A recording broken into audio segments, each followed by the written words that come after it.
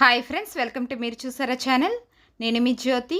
ఈరోజు ఎంతో టేస్టీగా ఉండే డాబా స్టైల్ పన్నీర్ కర్రీని చాలా ఈజీగా, చాలా సింపుల్గా, చాలా టేస్టీగా ఎలా ప్రిపేర్ చేసుకోవచ్చో నేను మీకు ఈ వీడియోలో చూపిస్తానండి. ఇది ఎంతో ఈజీగా మన ఇంట్లోనే తయారు చేసుకోవచ్చు. అది ఎలాగో మీరు ఈ వీడియోలో చూడండి. మొదటిసారిగా మీరు మన ఛానల్ని చూసినట్లయితే తప్పకుండా మన ఛానల్ని సబ్స్క్రైబ్ చేయండి. ముందుగా ఒక పన్నీర్ ప్యాకెట్ని తీసుకోండి. ఇది 100 రూపీస్ ఉంటుంది. మీకు ఏ స్టోర్స్లోనైనా దొరుకుతుంది. దీన్ని కట్ చేసి ఇలా ముక్కలుగా చేసి పెట్టుకోండి. ఇప్పుడు స్టవ్ మీద ఒక పాన్ పెట్టుకొని ఒక 2 టేబుల్ స్పూన్లు ఆయిల్ వేసుకొని ఇలా 2 ఉల్లిపాయలని కట్ చేసి వేసుకోండి. దీనిలోనే ఒక 2 టమాటా పళ్ళను కూడా కట్ చేసి వేసుకోండి. కొంచెం కరివేపాకును కూడా కట్ చేసి వేసుకోండి. దీనిలోనే ఒక 2 పచ్చిమిరపకాయలను కూడా కట్ చేసి వేసుకోండి. కాస్త జీడిపప్పును కూడా వేసుకోవాలి. ఒక 4 ఎలాచీలను కూడా వేసుకోండి. దాల్చిన చెక్కను కూడా కొంచెం వేసుకోండి.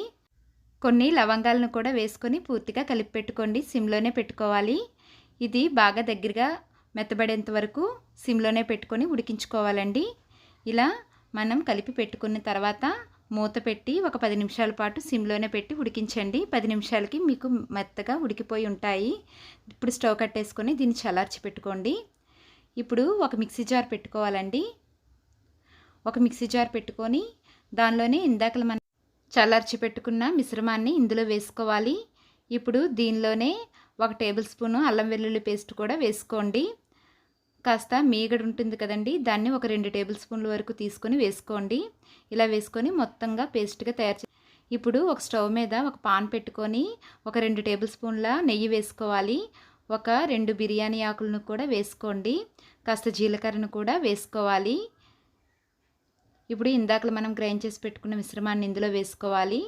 ఇలా వేసుకొని పూర్తిగా దీన్ని కలిపి పెట్టుకోవాలండి. ఆ నెయ్యి అనేది ఆ మిశ్రమానికి బాగా పట్టాలి. పూర్తిగా కలిపి పెట్టుకోండి. సిమ్లోనే పెట్టుకోవాలి. ఇప్పుడు 1 టేబుల్ స్పూను కారం వేసుకోండి. 1 టేబుల్ స్పూను ఉప్పు కూడా వేసుకోండి. గరం మసాలా కూడా ఒక 1/2 టీ స్పూన్ వరకు వేసుకోండి. మీరు తినే కారాన్ని బట్టి వేసుకోవచ్చు కారం అనేది. ఒక 1/2 టీ స్పూన్ పసుపు వేసుకోండి.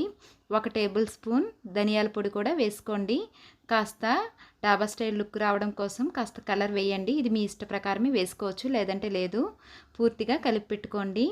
ఇది బాగా ఉడుకుతున్నప్పుడే మనం దీనిలో 1/3 కప్పు కాస్త వాటర్ వేయండి. ఎక్కువ వాటర్ వేయాల్సిన అవసరం లేదు. మీరు తీసుకునే పన్నీర్ యొక్క క్వాంటిటీని బట్టే మీరు వాటర్ అనేది వేసుకోవచ్చు.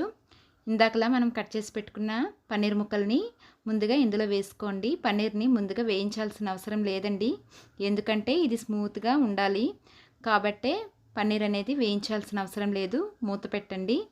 మూత పెట్టి ఒక 10 నిమిషాల పాటు సిమ్లోనే పెట్టి ఉడికించుకుంటే మీకు ఇలా ఆయిల్ అనేది పైకి తేలుతుంది. ఒకసారి పూర్తిగా కలిపి పెట్టుకోండి. మీకు పన్నీర్ కూడా మెత్తగా ఉడికిపోయి ఉంటుంది. ఇప్పుడు దీనిని కసూరి మేతి అంటారండి.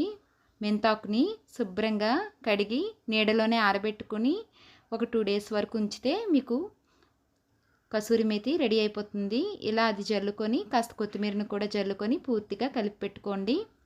ఇలా కలిపి పెట్టుకుంటే మీకు ఎంతో టేస్టీగా ఉండే పన్నీర్ కర్రీ రెడీ అయిపోతుంది. పన్నీర్ అనేది నోట్లో వేసుకుంటే కరిగిపోయేలా ఉంటుంది. ఇది చాలా టేస్టీగా ఉంటుంది. బటర్ నాన్లో కానీ చపాతీలో కానీ చాలా టేస్టీగా ఉంటుందండి.